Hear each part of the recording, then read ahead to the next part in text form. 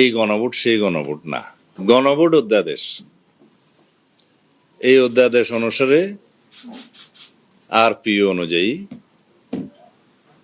নির্বাচন কমিশন গণভোট অনুষ্ঠান করেছে একই ডেটে, আলাদা ব্যালট।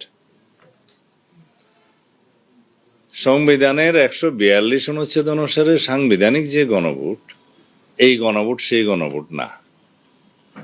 142 অনুচ্ছেদ অনুসারে যে গণভোট সেটা হচ্ছে সংবিধানের প্রস্তাবনা, আর্টিকেল 8, 48, 56, 142 প্রস্তাবনা। এই সমস্ত বিষয় আর্টিকেলগুলোতে যদি কোনো সংশোধনী আসে তাহলে রাষ্ট্রপতি এটা অনুমোদন করার আগে গণভোট দিতে হবে, সেই গণভোট। আমরা জাতীয় ঐকমত্য কমিশনে এই গণভোটের প্রস্তাব করেছিলাম, আমিই করেছিলাম। তখন আমরা বলেছিলাম জুলাই জাতীয় সনদ স্বাক্ষরিত হবে। সবাই যখন চাচ্ছে এর আইনগত ভিত্তি কি, আইনগত ভিত্তির জন্য আমরা আর কোনো উপায় দেখিনি। সবাই বললো এটা জনসম্মতি নেওয়ার দরকার। আমরা বললাম নেওয়া যেতে পারে। তখন এই গণভোটের জন্য একটা অধ্যাদেশ করতে হয়েছে।